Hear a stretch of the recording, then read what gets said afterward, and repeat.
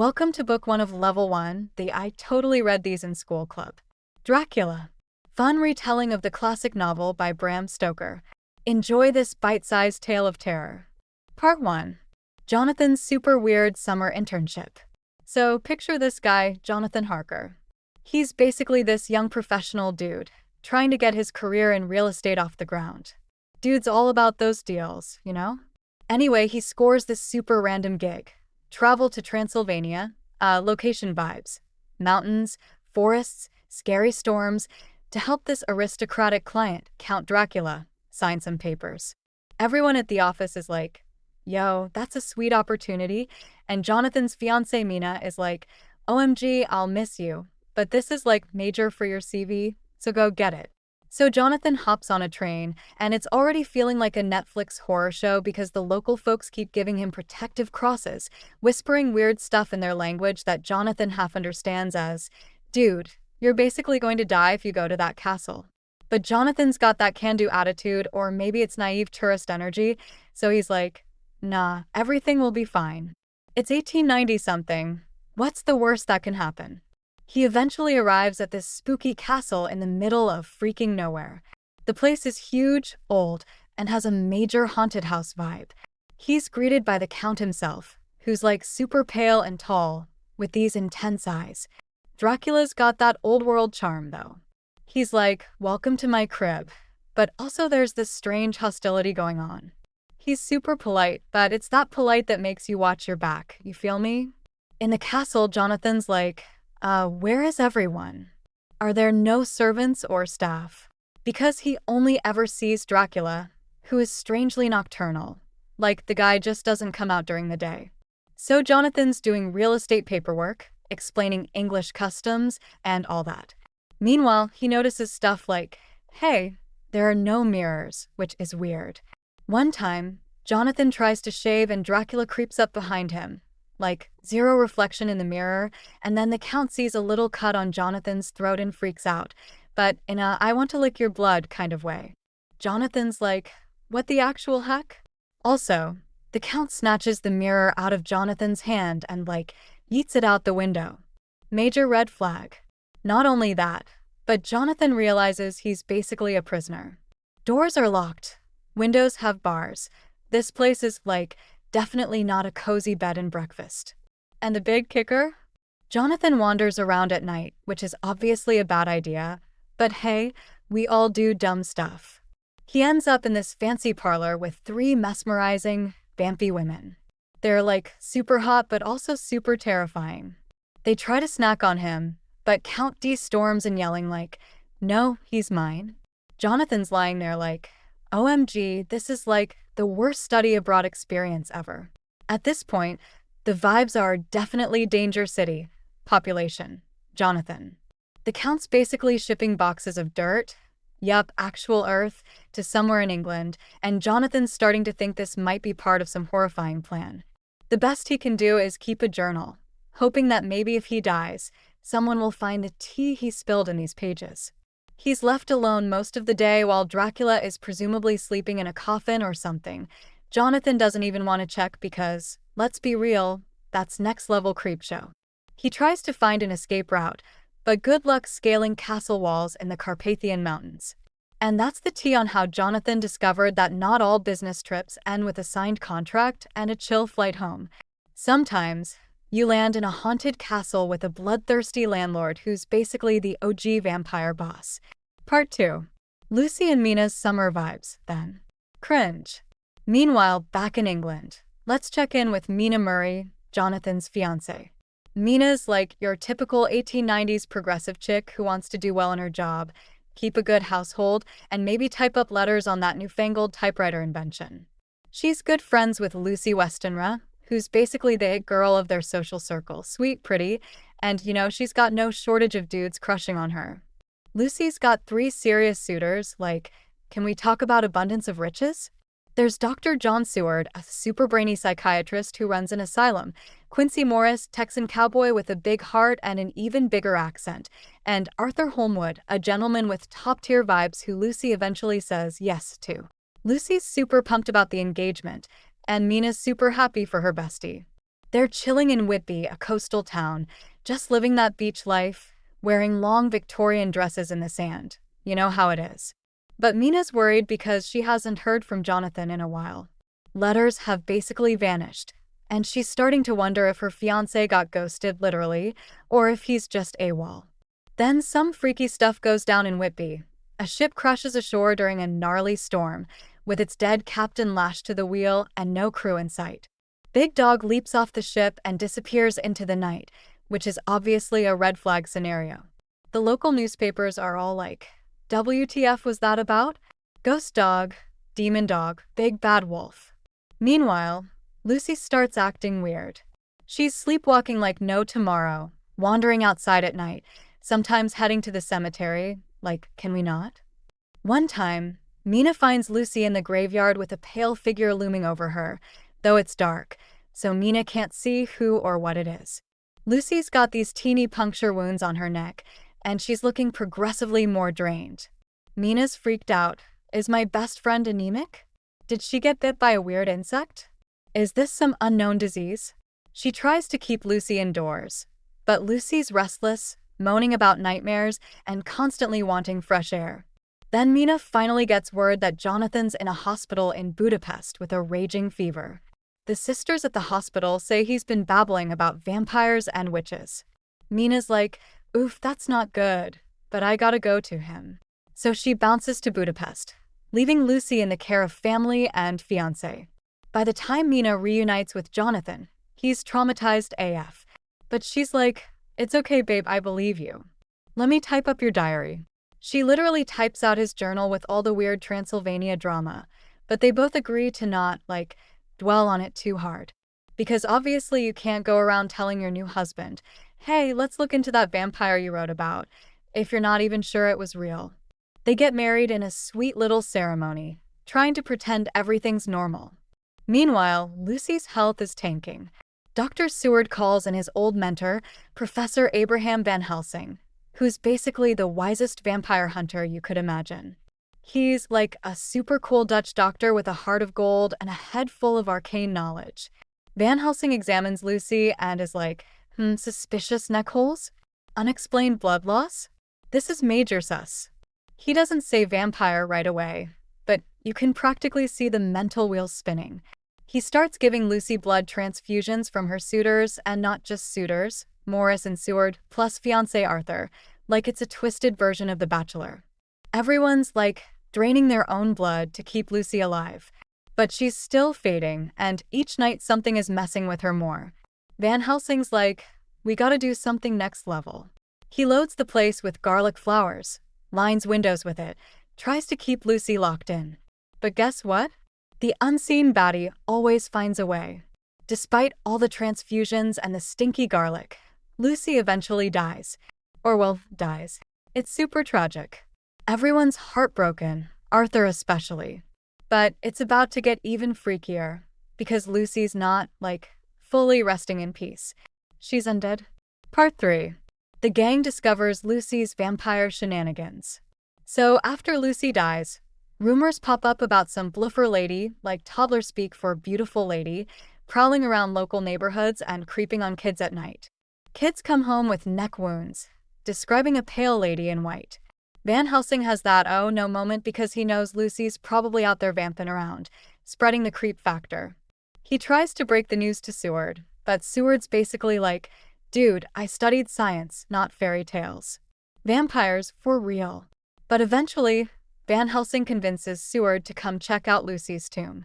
They crack open Lucy's coffin, only to find it's empty. Then Lucy shows up in full vampire mode, looking all luscious and seductive, but also with fangs. She's about to sink her teeth into a kid, and the men watch in total horror. This is Lucy, their friend, the sweet fiancée of Arthur. Now she's gone full undead monster, and it's all sorts of tragic. Once Lucy notices them, she hisses like a cat caught in a vacuum cleaner or something, and escapes. Van Helsing's plan? They need to do the dreaded stake through the heart deal to set her soul free.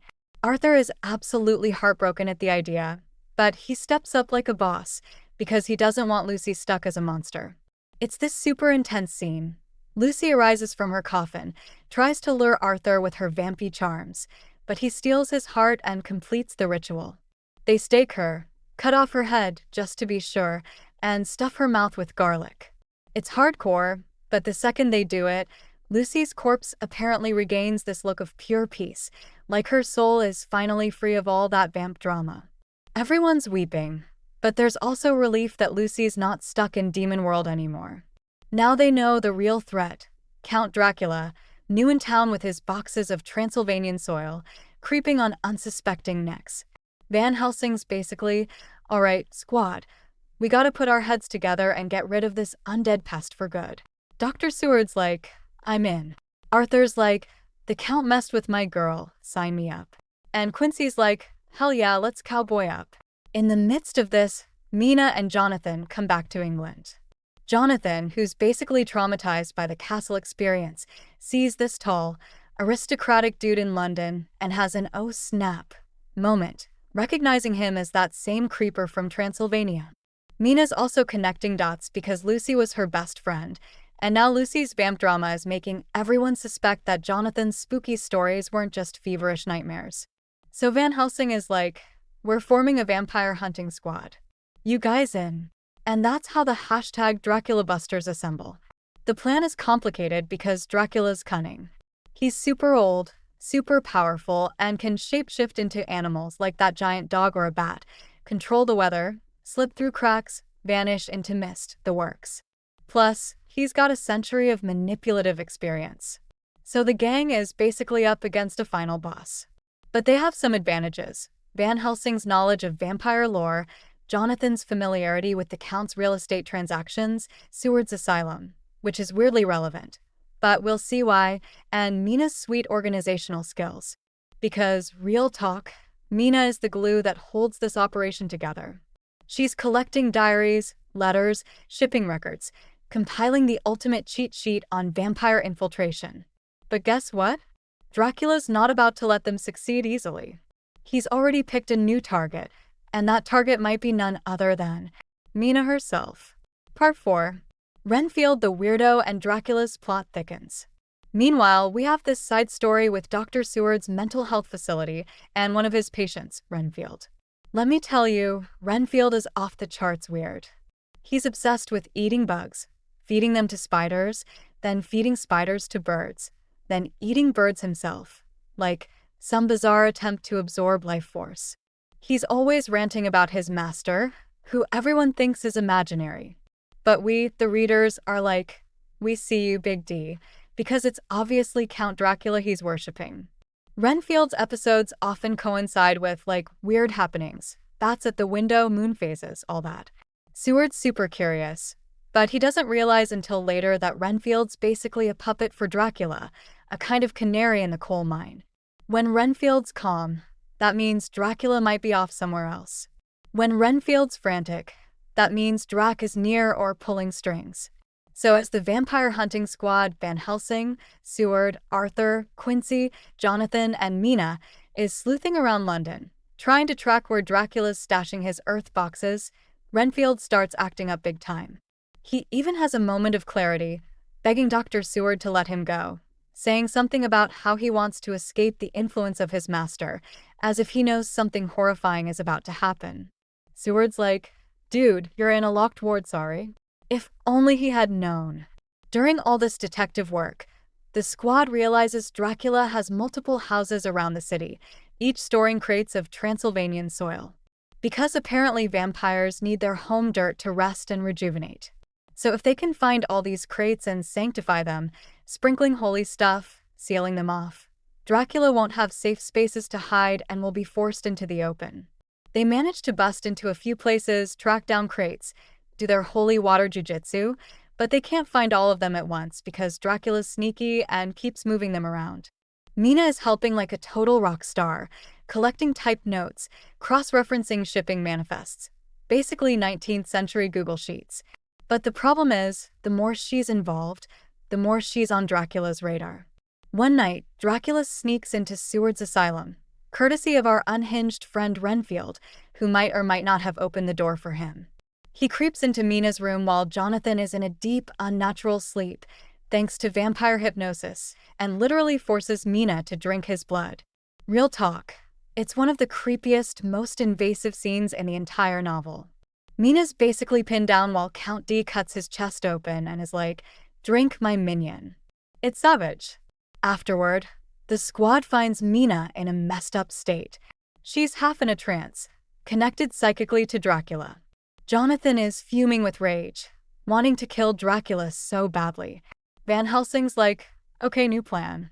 We must end the Count ASAP, or Mina's gonna eventually turn undead. But we can also use that psychic link to track him. Because apparently, if Mina's partially vamped, she can sense where the Count is if hypnotized at dawn or something. Silver lining, I guess? Part 5. The psychic connection and hunting the Count. Now that Dracula's personal brand is all up in Mina's bloodstream, she's stuck with a vampire side effect. If Van Helsing hypnotizes her at certain times, she can basically share Dracula's location or sense his movements, which is like the creepiest GPS ever. And Mina's half mortified, half determined to use this curse to help the squad. She's worried she'll fully turn evil, but Van Helsing is like, "We will protect you at all costs, dear lady." Everyone's uber protective of her. Jonathan is this close to going John Wick on any vampire in a 100-mile radius. So they discover that Dracula, realizing his safe boxes are compromised, is retreating back to Transylvania, presumably to his home turf. Because even vampire overlords need a safe space, right? The squad's like, "We gotta chase him down." Van Helsing is the mastermind, orchestrating a multi-route chase. Some go by boat, some by land, etc., because they're trying to cut Dracula off before he can slip through their grasp. Remember, he's got shape-shifting powers and can travel in sneaky ways, so it's not easy. Mina, ironically, has to be part of the chase, because her psychic link is the only way they can track Drac's whereabouts.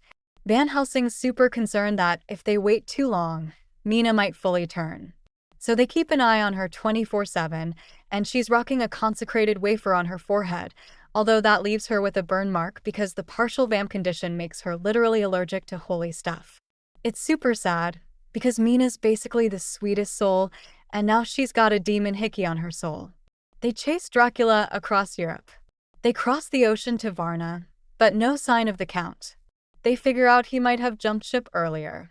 It's like a frantic, old-timey cross-country road trip with horse-drawn carriages, steamboats, trains, you name it. Mina's giving them this spiritual intel, but it's cryptic.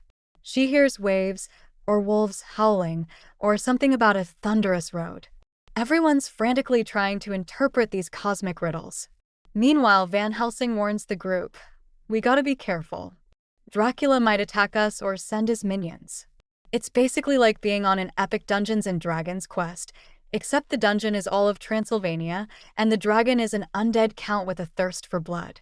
Quincy Morris keeps a stiff upper lip, talking about how he's faced big game in the American West, but a vampire is next level. Seward's writing everything in his journal, half scientist, half freaked out. Arthur's determined to get revenge for Lucy. Jonathan is super serious, gripping his cookery knife or whatever. And Van Helsing's the wise old wizard who's like, "All right, keep your crosses close, your stakes sharp, your heart pure." Finally, they converge near Castle Dracula. The Count is being transported in a crate of dirt by his loyal gypsy servants. Yeah, it's an old novel and uses some outdated tropes, but that's how the story goes. The squad splits up to corner the caravan before it can reach the castle gates. Van Helsing and Mina peel off to do some protective rituals around the place, but run into those 3 vamp ladies from earlier. So Van Helsing's gotta do some emergency vampire slaying, garlic, holy water, the works, so they can't ambush them. Meanwhile, the rest of the guys are tracking Dracula's box. Part 6. Van Helsing's boss moves and the wives of Dracula. Let's pause a second and talk about Van Helsing's side quest with Mina. Because while the other dudes do the action hero thing with the gypsy caravan, Van Helsing's got a face-off with the 3 vampy ladies who tried to snack on Jonathan back in the day. These ladies are apparently like the brides, or consorts, or whatever of Dracula. They roam the castle grounds, hungry for fresh blood, super alluring but deadly. Van Helsing is no dummy. He sets up a ring of sacramental bread around Mina while she's half snoozing, half in a vampire trance. She's safe inside that circle, can't be touched by undead ladies. Then Van Helsing marches off to the castle, determined to cleanse it. He finds Dracula's tomb, places holy wafers everywhere, and basically does a spiritual exorcism.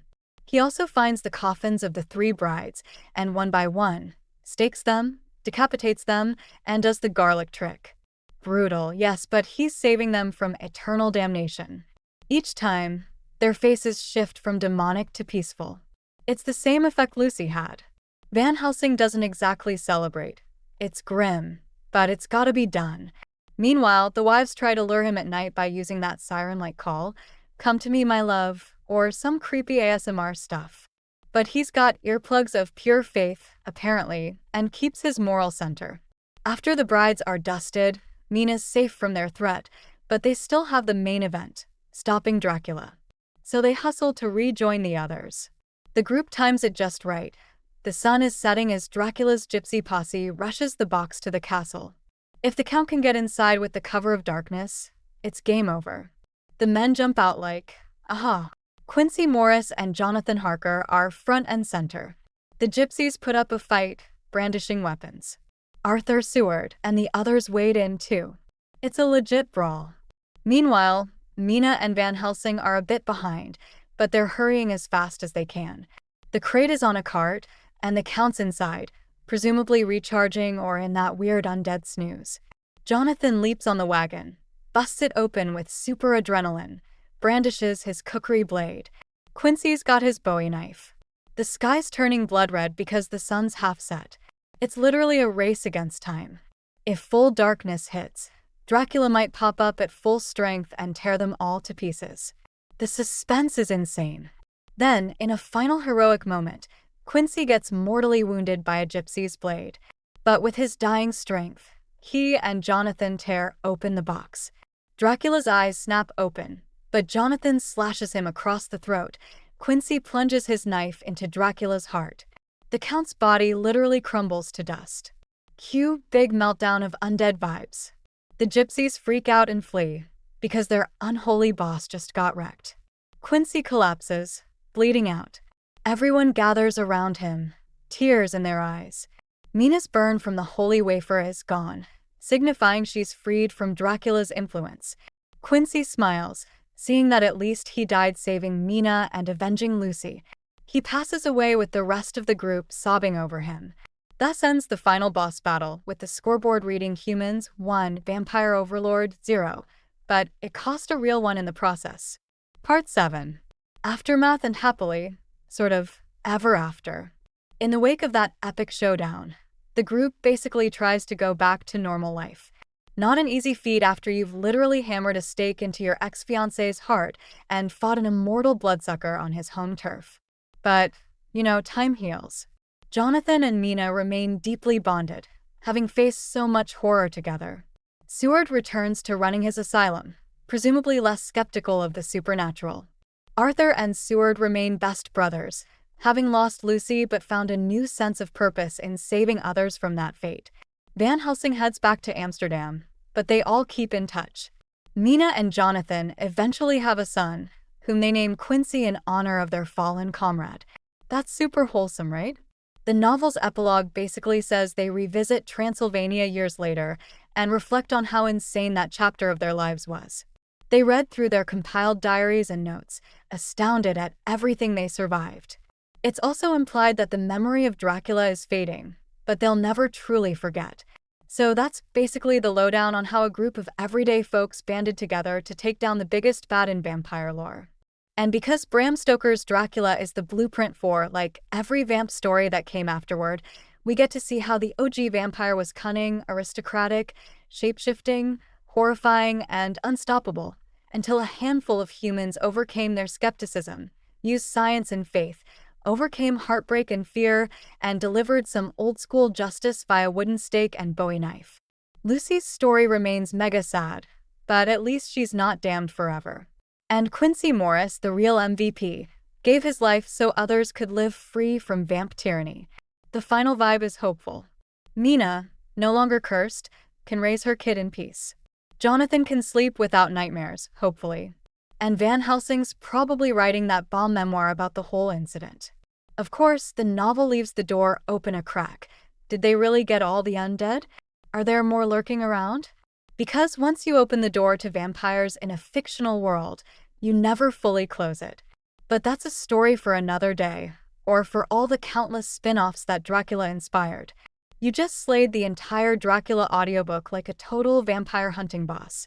Give yourself a high five, 'cause you earned it. Buckle up for Book 2 of Level 1. Our next dope classic retelling, Moby Dick by Herman Melville, time to join the Wild Whale Hunt squad. Also, don't forget to smash that subscribe button and ring the bell to stay in the loop for all our epic content. And guess what? A new fun retelling audiobook drops every single weekday.